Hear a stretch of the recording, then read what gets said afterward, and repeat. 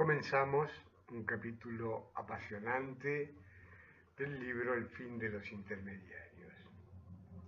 Vamos a ver en qué consiste el fin de los intermediarios inútiles y onerosos en el dinero. Y vamos a comenzar con un enfoque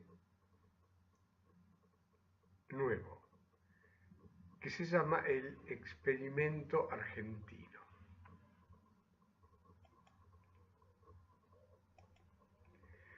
Desde 1976, nuestro país es el campo de experimento, de experimentación del mal uso del dinero. Los fundamentos científicos de esta aseveración pueden verse en el libro El futuro del dinero, que probablemente también incorporaremos como videos en este canal Sidere de YouTube. Suponiendo que tal afirmación sea verdadera, eso implicaría la prolongación durante casi un cuarto de siglo de una crisis importante cuyos efectos ya están a la vista. El síntoma más claro puede describirse como la virtual desaparición de la denominada clase media argentina, consecuencia de la distribución regresiva del ingreso y de la desaparición de numerosísimas fuentes de trabajo. Eso significa que cada vez son menos las personas que poseen más bienes o ganan más dinero, al tiempo que cada vez más argentinos ganan menos dinero, tendencia que no se ha modificado desde 1976 y que tiende a agudizarse. Si bien este problema es hoy mundial, en la Argentina resulta crítico por la simultánea tendencia a la desaparición de la función del Estado como árbitro entre la codicia y la rapiña humana y el hambre, con lo cual son afectados los más débiles de la sociedad, los niños, los viejos y los que no pueden. Vivimos en el único país del planeta que se autocercenó la más esencial capacidad económica de todo Estado soberano, la de generar su propio dinero, su propia divisa, meneando el fantasma de la hiperinflación. Los brillantes intermediarios del dinero en el mundo lograron convertir a semejante barbaridad en ley nacional, complementándola además con la libertad irrestricta para la entrada y la salida de capitales foráneos y locales. Tamaño despropósito es análogo a impedirle a un ser humano que produzca su propia sangre, condenándolo a transitar por la vida con sus venas abiertas, mendigando alguna transfusión salvadora de glóbulos rojos. Para peor, hoy se sabe, porque todo se sabe, que gobernantes y gobernados autóctonos depositan sus dinerillos en todos los bancos, preferentemente suizos, pero nunca en los bancos nacionales, de los cuales ya van quedando muy pocos. Si continuamos con la analogía entre una nación y una persona, podríamos decir que la Argentina es uno de los pocos países sidosos del mundo, es decir, que tienen SIDA. El enfermo de SIDA, que es el síndrome de inmunodeficiencia adquirida, padece y puede llegar a morir porque su sistema inmunológico no sabe distinguir entre lo propio y lo ajeno, entre lo que es yo y lo que no es yo, entre lo que es beneficioso y adecuado para su cuerpo y lo que es maligno o perjudicial, base esencial de defensa de cualquier organismo humano. Tamaña confusión, tan grande pérdida de la individualidad, hace que el enfermo dependa para subsistir malamente de drogas externas, de sangre ajena y de cuidados extraordinarios. Es como si tuviera que ser nuevamente protegido por algún gigantesco útero materno, que por supuesto no existe, porque está abierto a la entrada y a la salida de cualquier bicho, virus o bacteria de las que abundan en el medio. La apertura irrestricta e ignorante de cualquier economía nacional es el principal síntoma de SIDA de las naciones. Los médicos de las naciones sospechan fundadamente que el contagio se ha producido durante algunas de las renombradas relaciones carnales que los gobernantes de nuestro país dicen que sostuvieron y sostienen aún algunos con distintas administraciones de los Estados Unidos de Norteamérica. Lo que no se sabe, y es materia de profunda e irreconciliable controversia, es quién contagió a quién. Pero lo que aparece como más probable es que el país más próximo a la muerte por SIDA es el nuestro. Veremos ahora el probable origen del Argencida. ¿A qué se debe la pérdida de identidad tan notoria que sufrimos los argentinos, capaz de generarnos semejante síntoma terrible? Algo ha muerto en nuestro organismo nacional. Cuando algo muere en la naturaleza, sobreviene la corrupción y la putrefacción, que no es nada más que un proceso de restitución a las fuentes de origen de los elementos que componían la forma muerta. Polvo eres y en polvo te convertirás, dice la Biblia. Todos los polvos originantes de la forma vuelven a su polvera para posibilitar la práctica de un nuevo polvo que a lo mejor genera una forma más perfecta que la difunta. Nada se pierde, todo se transforma. Es una ley del ámbito científico que se aplica a estos eventos cotidianos de muerte y transformación o resurrección. Una hipótesis histórica interesante es la fulminante pérdida del poder de las organizaciones militares en nuestro país. Analizaremos en detalle este evento histórico y sus sidosas consecuencias. Cuando una organización humana se cristaliza y no sirve más a la gente, ya sea una organización,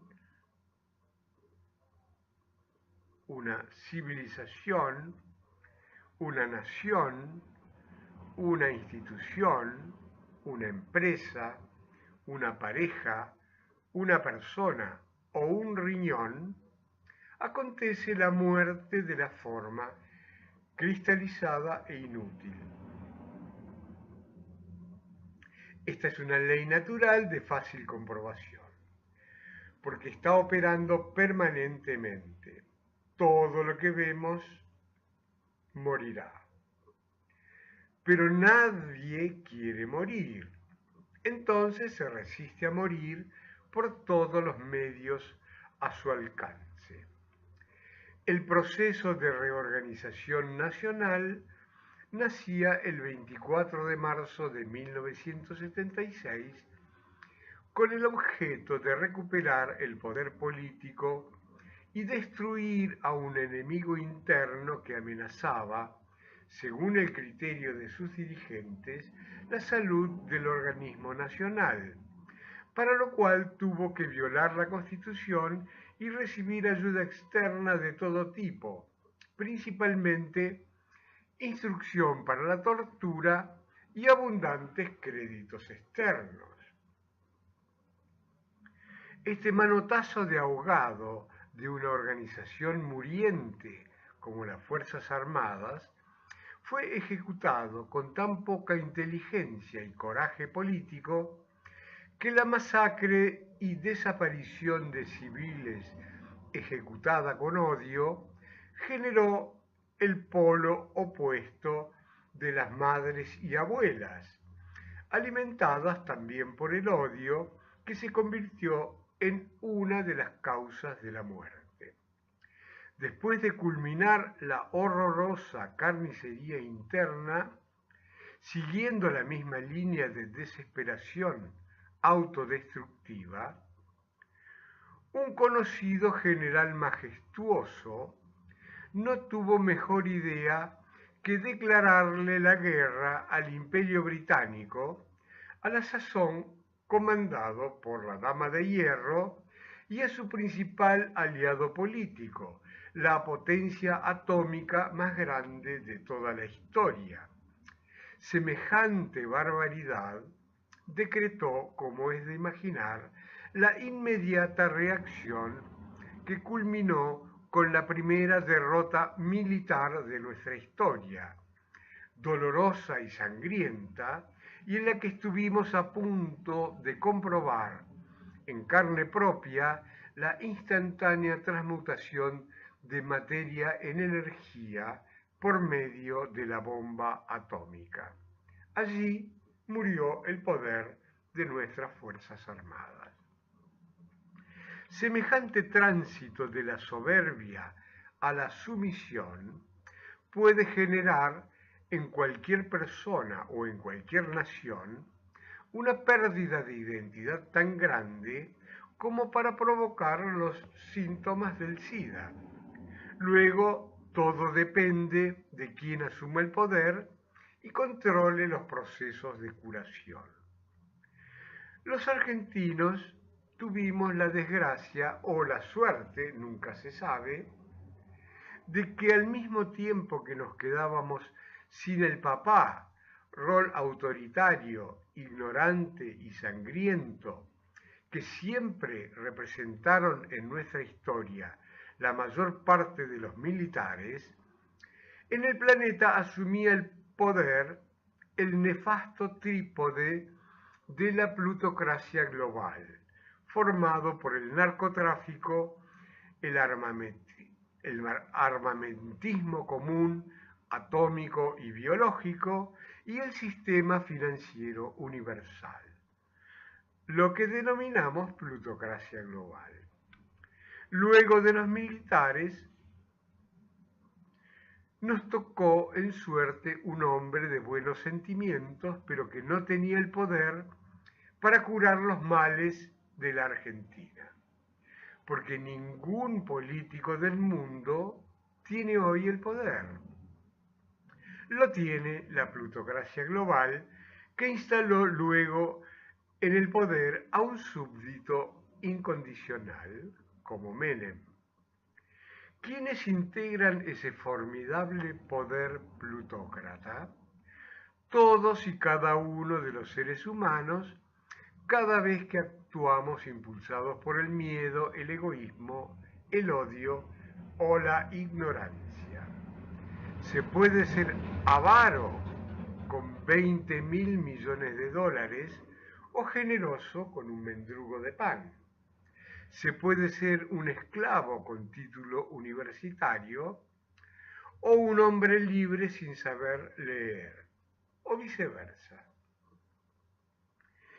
Y sucedió que salimos de la sartén militar para caer al fuego destructor de la especulación financiera, de los narcogobernantes, de la fuga de sangre-dinero, de la hiperinflación provocada, de la sumisión abyecta al dios mercado, de la apertura irrestricta de la economía, de la falta de protección de los valores argentinos, de la penetración cultural, del despojo de nuestros bienes, de nuestra tierra, de nuestras lealtades, de nuestras costumbres, del empobrecimiento, de la falta de trabajo, de la falta de cuidado de nuestros niños, de nuestros viejos y de los que no saben ni pueden, de los corruptos egoístas, de los egoístas corruptos, de los traidores políticos,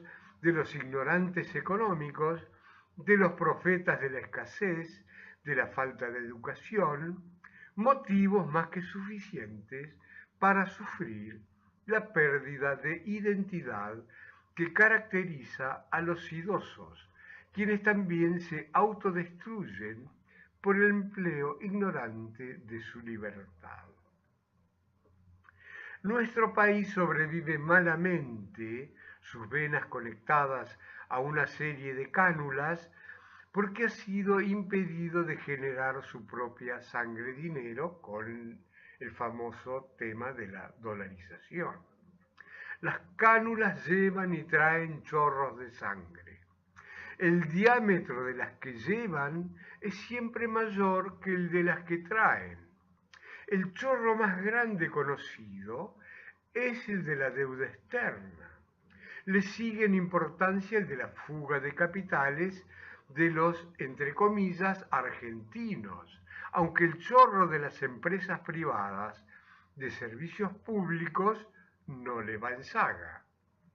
Luego está el chorro de la plutocracia, cuya dimensión es completamente desconocida e inimaginable, y que tiene que ver con los contrabandos de armas, de drogas, de lavado de dinero y de capitales golondrina. El espectáculo es altamente vampiresco.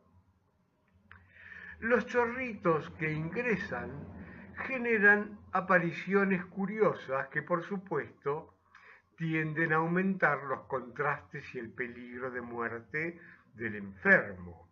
Se trata de inversiones, entre comillas, que generan shopping centers, autopistas, con peajes, of course, cadenas de hoteles de alojamiento, clubes de campo cerrados, galpones de armado de autos, estaciones de servicios de diseño sublime, que son empleadas por el 10% sano, entre comillas, del organismo nacional.